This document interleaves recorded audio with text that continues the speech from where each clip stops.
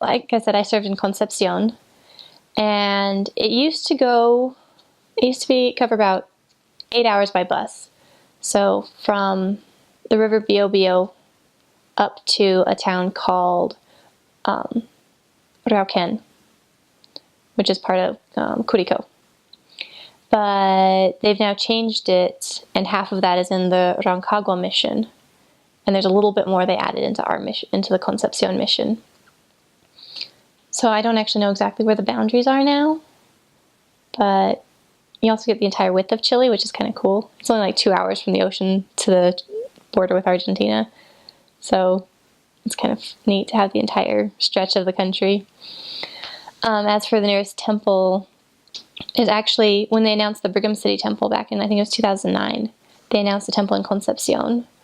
But because there was a big earthquake there in spring of 2010, they haven't done anything, and they finally announced that this coming spring, 2015, they're going to do the groundbreaking. They have a date set for the Concepcion Temple. I'm super excited. So I would love to make it to go through the Concepcion Temple at least once in my life, but we'll see what happens.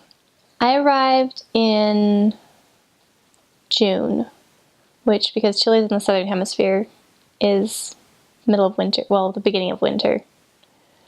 And so it was raining. And my memories of the first couple weeks in Chile are just rain, and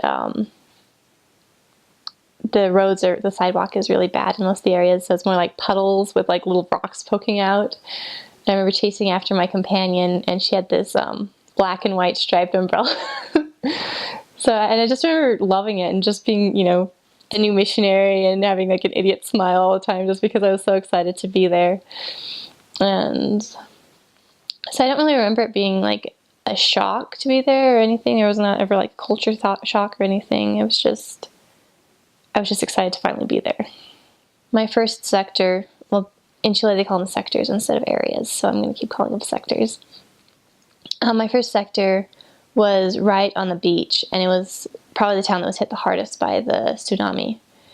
And so there were a lot of apartment buildings that had fallen either from the earthquake or the damage from the tsunami. And most of the time, if we were looking for less actives, we would end up writing on the records that the house fell in the earthquake and things like that. There's a lot of houses down, like because it was on a hill, so like down in the central area, you'd walk into a house and there'd be this like water stain halfway up the wall of how high up the tsunami had come.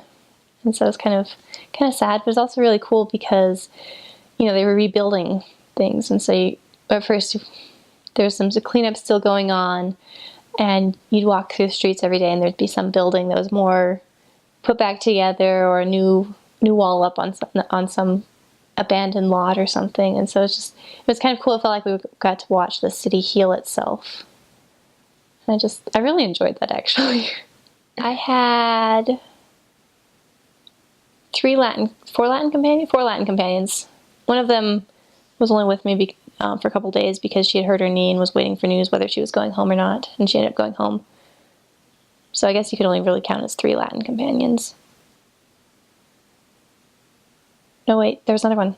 Take it back. There were 4 Latin companions, and then the 5th that I was with for just a couple days.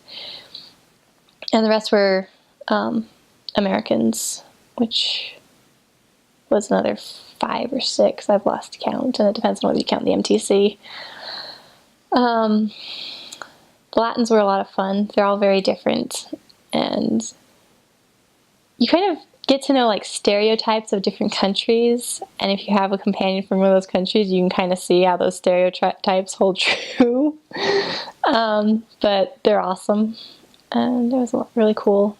You have to go in with an open mind into any companionship, and to just let them be whoever they are, and accept them as a daughter of God and love them for that.